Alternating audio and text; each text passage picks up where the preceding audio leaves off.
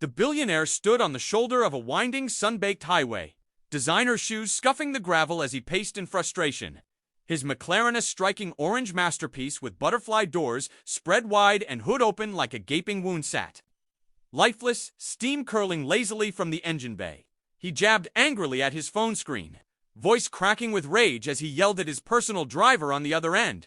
Asterisk, where the hell are you? I don't care if there's traffic I'm paying you to be on time? He pulled the phone away from his ear to glare at it as though it had personally insulted him before hanging up. His other hand tugged at his silk tie, damp with sweat under the blazing afternoon sun. Asterisk, the heat was merciless, baking the shiny carbon fiber bodywork, turning the tarmac to a shimmering mirage. In the distance, luxury SUVs and battered sedans slowed down to gawk. He could feel their judgment as they passed. The spectacle of an ultra-wealthy man stranded like any fool who'd skimped on car maintenance. He turned away from the road, hissing a curse under his breath. Asterisk, he wasn't used to feeling helpless. Usually, he snapped his fingers and people ran. Money solved everything. But this engine problem wouldn't care about his bank balance. The local dealership's service line rang endlessly, and his personal mechanic was out of range on holiday in Europe. He checked the time on his Rolex for the 100th time each glance, a cruel reminder. He was catastrophically late for a board meeting where he was supposed to seal a billion-dollar deal. Asterisk, sweat dripped onto his suit jacket. He peeled it off and tossed it into the car seat with a growl. The once pristine driver's seat was now littered with documents he'd tried and failed to read. In a moment of forced waiting, asterisk, he leaned into the engine bay again, clueless, poking at hoses and cables like they might magically explain themselves. The McLaren's logo glared at him like a mocking smile. He knew just enough to realize he'd probably make it worse if he kept fiddling. Asterisk, his breathing quickened, part fury, part panic. He could feel the anxiety crawling in his chest, a cold contrast to the scorching heat. Every second ticked by like an accusation. The great, all-powerful billionaire, stuck on the side of the road with all his money, but no way to make the damn thing run. Asterisk. He kicked at the gravel and watched it scatter. If anyone posted a photo of this, he'd be a laughingstock. The idea made his face burn even hotter. He scrolled through his contacts desperately, trying to think of anyone who could bail him out right now. But the list of people he trusted for this was pitifully short. Asterisk, his phone buzzed with another call from a business partner he was supposed to meet. He declined it angrily, shoving the phone in his pocket as his shoulders slumped. He let out a long, shaking exhale, the helplessness settling on him like the heat itself. Asterisk, he turned to stare out over the road, eyes squinting against the glare, willing anyone to show up and make this nightmare end. The sound of a sputtering engine cut through his frustrated silence, a small, battered scooter rolling to a stop on the gravel shoulder a few yards away. He squinted through the glare, brows furrowing in disbelief. Off hopped a teenage girl no older than 19, with a brown ponytail bouncing as she swung her leg over the scooter. Asterisk, she wore faded jeans stained with oil, a loose gray t-shirt, and scuffed work boots. A small, worn-out tool bag hung over her shoulder. She took in the sight with a calm, assessing look, her eyes traveling over the steaming McLaren and the furious billionaire in his now wrinkled dress shirt and loosened tie. Asterisk, he watched her approach with open disdain. "No thanks, kid," he snapped, waving his hand dismissively. "This isn't some junker you can fix with duct tape. Just keep moving." Asterisk, she didn't flinch. She kept walking until she was close enough to smell the hot engine. She set the bag down with a dull thud and raised an eyebrow at him. "You can stand there yelling at your phone, or you can let me take a look. Up to you." Asterisk, he scoffed, nearly laughing. "Do you even know what that is? That car's worth more than your entire life. Don't waste my time." Asterisk, she shrugged, unfazed. "McLaren 720S twin-turbo V8. These things are finicky in heat. Could be a vapor lock or a clogged fuel line. Maybe an ECU glitch, it happens." Asterisk, that silenced him for a moment. He blinked, mouth half open, thrown off by her cool tone and matter-of-fact knowledge. He tried to recover, folding his arms. "Yeah, sure. And you learned that on TikTok." Asterisk, she cracked a smile. "Nope, learned it fixing cars with my dad since I was 10. Your call, bossman," she pointed at the engine. "Or you can keep cursing." At it, asterisk, he hesitated, glaring, jaw tight. His eyes darted to the smoking car and back to the stubborn teenager with grease under her fingernails. She didn't look intimidated at all. Finally, he exhaled heavily, shoving his hands in his pockets.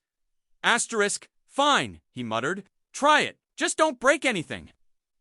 Asterisk, she grinned, kneeling beside the car and opening her tool bag with an efficient snap. Good choice.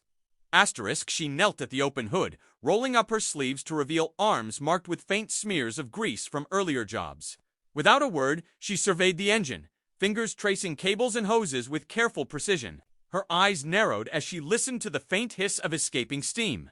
Asterisk, the billionaire shifted from foot to foot behind her, glancing nervously at the road where cars continued to slow down and gawk. He cleared his throat impatiently. Well, do you even know what you're doing? Asterisk, she didn't look back.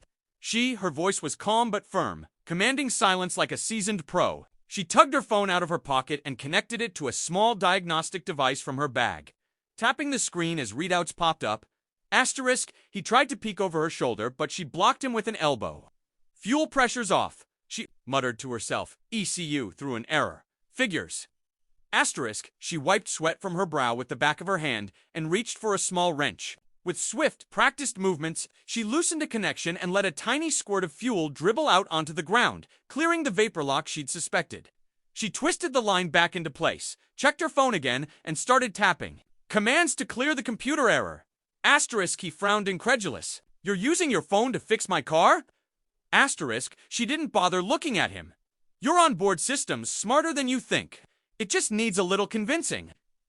Asterisk, he scoffed but didn't stop watching. She continued working, swapping tools with methodical focus, a screwdriver here, a gentle tap there to reseat a loose sensor connection. She hummed quietly, almost enjoying herself despite the heat. Asterisk, finally. She sat back on her heels and sighed, wiping her palms on her jeans. All right, she said, standing up and slinging the bag over her shoulder again. She turned and fixed him with a confident stare. Asterisk, try it now. Asterisk, he shot her a skeptical glare, lips curling in disbelief. You actually think that did anything? He sneered, brushing dirt from his slacks. But her steady, unbothered gaze made him hesitate. With an exasperated sigh, he walked around the car and slid into the driver's seat, muttering insults under his breath about teenage mechanics and stupid stunts. Asterisk, he jabbed the start button with unnecessary force. For a heartbeat, silence. Then asterisk, the McLaren's engine roared to life, a deep, throaty growl so perfect it seemed to vibrate the very air. The billionaire froze, mouth hanging open as the RPM needle danced smoothly on the gauge. He revved it once, twice, each time rewarded with that glorious supercar symphony. All signs of choking or sputtering gone. Asterisk outside, the girl just crossed her arms over her chest, smirking. Passersby who had slowed to watch now openly gawked. A guy in an old pickup honked in admiration. A couple on bicycles actually clapped. Asterisk, the billionaire slowly stepped out, looking like he'd seen a ghost. He turned to her, eyes wide, face flushed, red with a mix of embarrassment and stunned gratitude. What did you even do? He demanded, voice cracking slightly. Asterisk, she lifted one shoulder in a casual shrug. Cleaned a fuel line, reset your ECU, it's not rocket science. Well, maybe a little. She gave him a wink. Asterisk, he opened his mouth, closed it, then tried again. I don't even know what to say. Asterisk, she raised an eyebrow. How about, thank you? Asterisk, he blinked, then actually laughed a short, surprised bark that seemed to shake off some of his bluster. He nodded, rubbing the back of his neck. Yeah, thank you. His tone was softer now, grudgingly respectful. Asterisk, she offered a small, satisfied smile. Anytime. Well, maybe not anytime, I'm busy. Asterisk, he let out another breath, still shaking his head in wonder as he looked back at the purring engine. The mighty billionaire, always in control, was left speechless by a 19-year-old with a battered toolkit and a confident grin.